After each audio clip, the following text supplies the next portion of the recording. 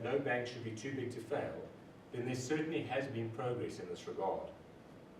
Assets have shrunk, and so have risk-weighted assets as a share of total assets. Banks are less vulnerable and better capitalized, which is positive.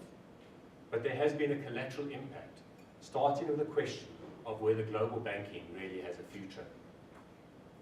There is no doubt in my mind that if regulatory reform continues to follow the trajectory we have seen so far, there will soon be no banks that are truly global.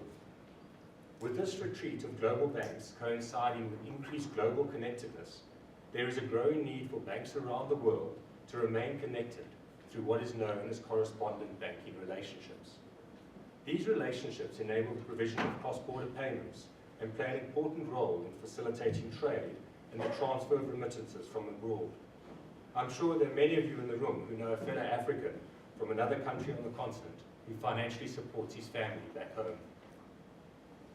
However, at the same time as change is being made to capital and liquidity, policymakers are introducing and tightening measures to stop the illicit flow of funds for the purpose of avoiding tax, money laundering, terrorism, and other crimes. These roles are actually starting to lead to a decline in correspondent banking, as banks look to reduce risk in line with know your customer rules, anti-money laundering regulations, and more. The decline in correspondent banking, therefore, raises a concern about financial exclusion on a continent where many remain excluded anyway. Such an outcome is not good for poverty alleviation and development in general. According to an IMF discussion note published in June, Africa is amongst the emerging market regions worst affected by the decline in correspondent banking. It is mostly small and medium-sized exporters, as well as small and medium-sized domestic banks, that have been most affected by the withdrawal of these relationships.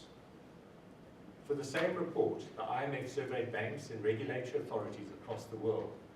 It found that 75% of global banks reported they had withdrawn from correspondent banking relationships, and that 55% of banking authorities reported a decline in these relationships. The authorities have reported that US and UK banks have led this reduction. Angola, Liberia, and Guinea are amongst countries in Africa that have been hardest hit by this trend. The same note further says that in December 2015, the only supply of US dollar banknotes to Angola discontinued this service. Another large global bank withdrew US dollar correspondent banking relationships with Angolan banks, and a European bank stopped clearing customer payments in US dollars 2 months later. The result is that a single European bank now remains as the sole provider of US dollar correspondent banking relationships to Angolan banks. These developments challenge the strength of the country's financial system at a time when Angola's economy is struggling. With this background, it is clear that regional banks will need to become a bigger feature on the financial services landscape in Africa. With a decline in correspondent banking, regional banks in Africa are vital to ensure the continued connectedness of Africa to the global economy, as banks across the world find it easier to maintain relationships with fewer groups which have a presence in multiple African countries.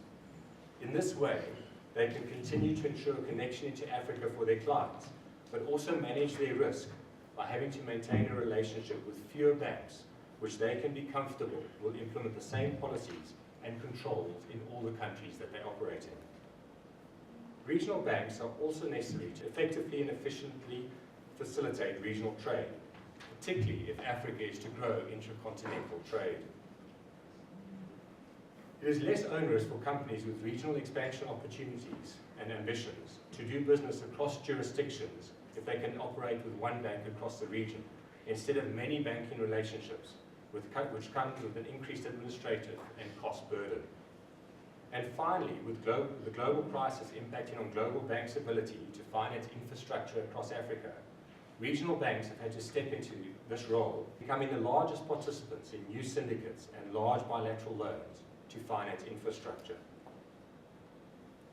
This trend is also in line with the ambition of the African Union. The AU Commission recently released a program called Agenda 2063. It states clearly that the AU aims for an Africa with free movement of capital, leading to investments among African countries. This is already happening in Africa, where groups such as EcoBank and Standard Bank have a presence in 32 and 18 countries respectively. EcoBank is now in a strategic alliance with Nedbank, giving another South African bank the regional scale and footprint it needs to meet its growth ambitions across the continent. In 2013, Barclays Africa Group was formed when ABSA acquired most of Barclays PLC operations in Africa. Once the PLC divestment is complete, we will also become a standalone African banking and financial services provider with a presence in 12 countries across sub-Saharan Africa.